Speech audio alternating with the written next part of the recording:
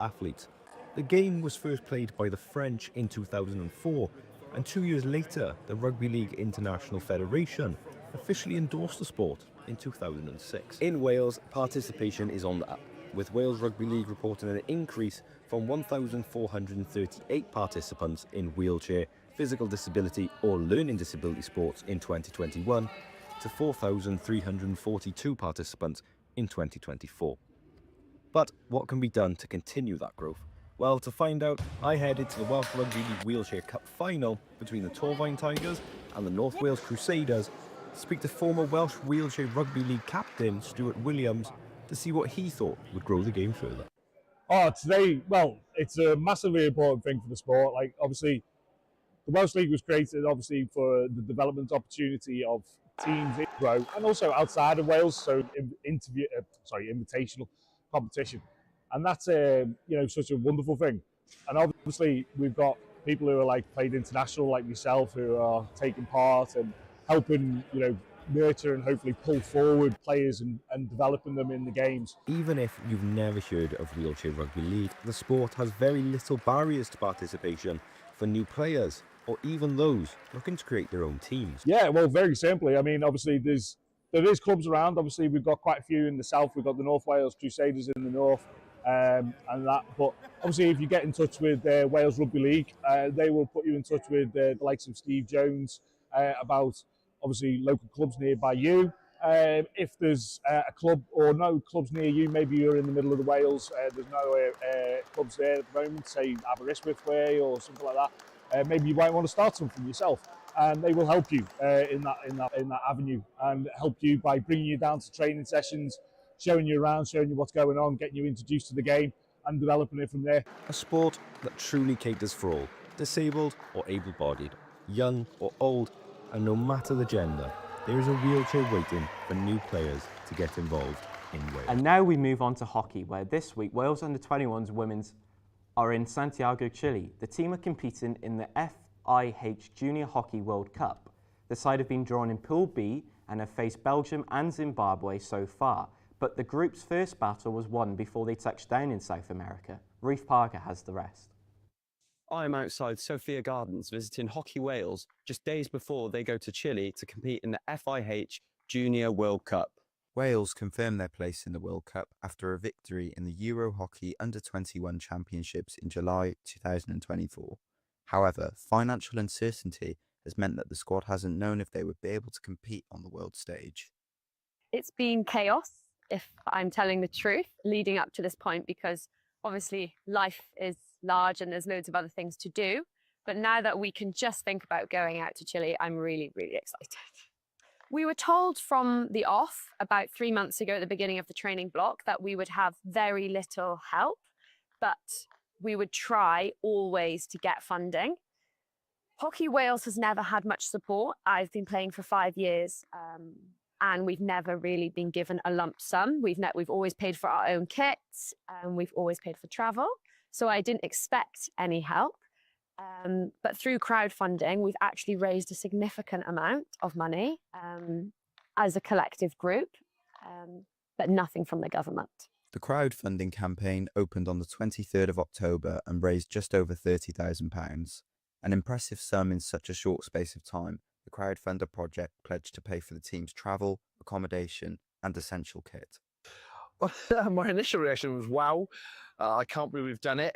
And then straight away my head starts going towards how are we going to manage to get the girls out there, the team, the money, the kit, and all the kind of practical side of things that we have to deal with as a head coach. Oh, absolutely. I think obviously we don't get a lot of contact time, which is always a massive issue. You know, I think we've managed to get about 6 or 7 training days together, which again is an issue. You could treble that and it'd still be difficult.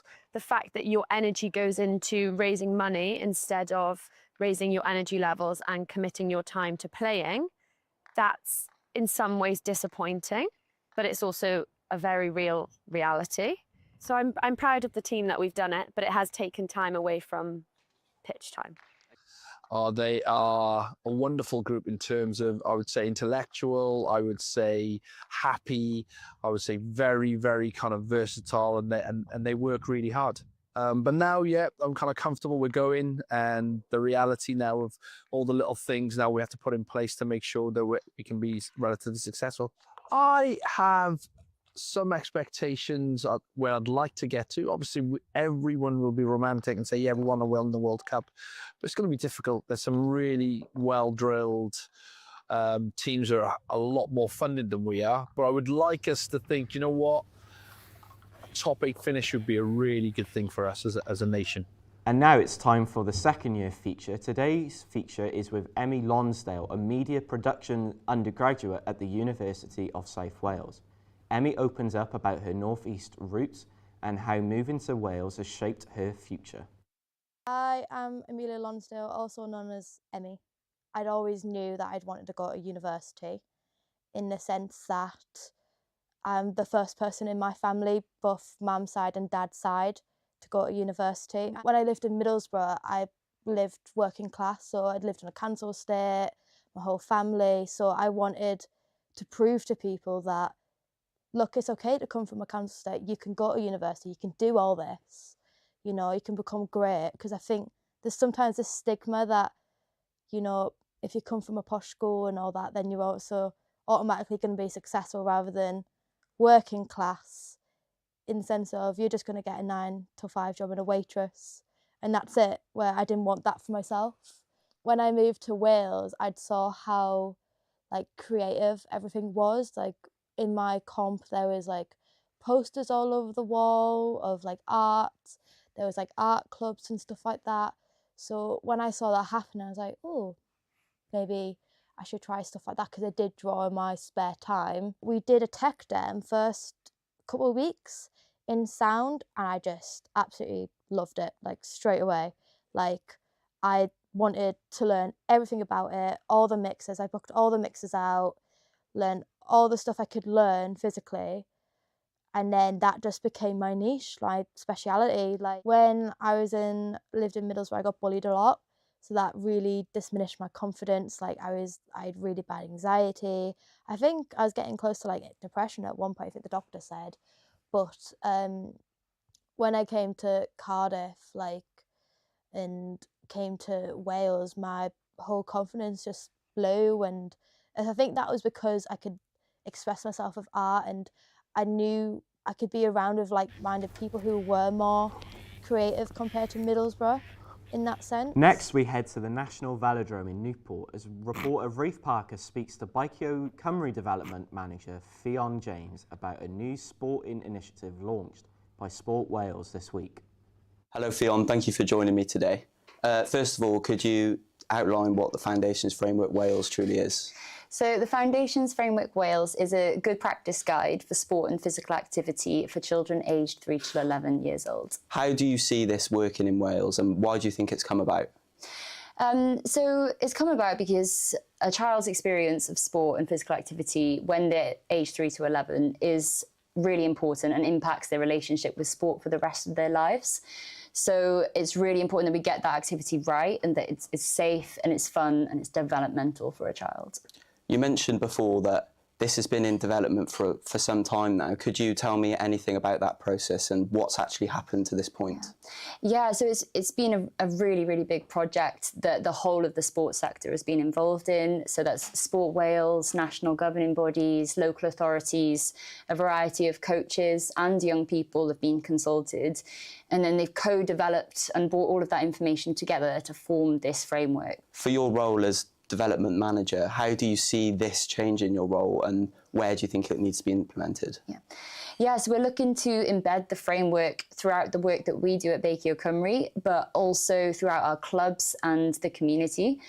So it helps people to ensure that they're delivering the right sort of activity and in the right sort of way.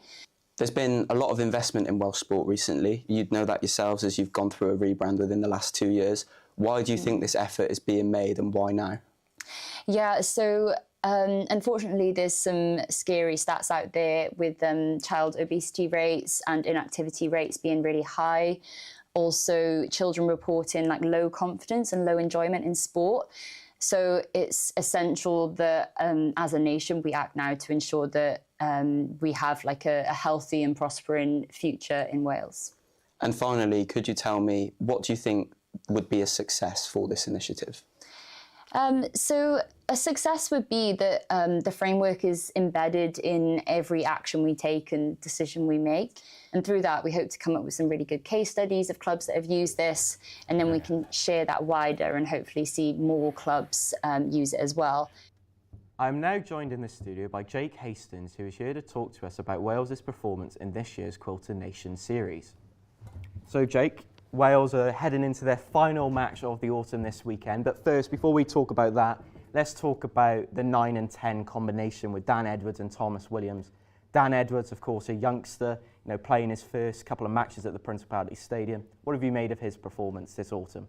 Yeah, I think it's been really good, to be fair. For Steve Tandy to get such a young player clicking already, it'll be really key for Wales, especially in this game against South Africa on the weekend. And how good is it, that Thomas Williams, plays for Gloucester Rugby on a regular occurrence, a British and Irish Lions superstar. He's got that experience that for a youngster like Dan Edwards to learn off is nothing better, isn't it? No, for sure, and they'll definitely help each other as they play with each other more. And I think that for him, the aim will be for him to help progress the other player as well. And let's talk about Jared Evans as well. Jared Evans, of course, nerveless heroics when he faced Japan 2 weeks ago. And let's just talk about that kick that he made to win Wales, the long win that they've been without. Oh, it was great. And for Wales to get a win, it's just a massive performance. For him to score that last-minute try, or kick, shall I say, it was really good. Thank you for that, Jake. For our last story of the day, we go into the city centre and speak to Liam Jones, founder of Overseas Apparel. The independent sustainable clothing brand provides a twist, a weekly running club hosted outside the store, all in aid of positive mental health by combining socialising with exercise. Wales kick off their Quilter Autumn Nation series this Sunday at home to Argentina, here at the Principality Stadium. Here is a fan's guide to those travelling to the capital for the game and what to expect from Cardiff on a match day. If you are travelling by train on a match day, Cardiff Central Station is just a 5-minute walk from the Principality Stadium. On match days, some city centre roads do close, so public transport or the local park and ride service is going to be your best bet to travelling into the city centre. Once you are here, the pre-match buzz is everywhere. From the City Arms to the local Wetherspoons, pubs are packed by lunchtime, so get here early if you want to soak up the pre-match atmosphere and enjoy what truly makes Welsh rugby so special. If a traditional pub just isn't quite your thing, why not check out Cardiff's newest sports bar attraction, Ludo? Welsh fans, to be honest, right? Everyone is in it together, whether it's pain or gain, mate. 100% Ludo.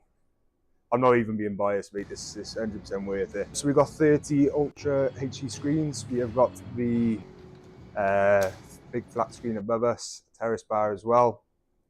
Got the basketball hoop out the back, and we have darts, interactive darts as well, with 2 bars as well. Once you have taken in the truly incredible pre-match Cardiff atmosphere, it is time to head to the Principality Stadium, where you will see the men of Wales take on Argentina in the Quilter Autumn Nation series opener for the Welsh. After the final whistle, take your time. Roads stay closed for about an hour and trains tend to... Before we go, let's take a look at what's coming up on the show at 12 p.m.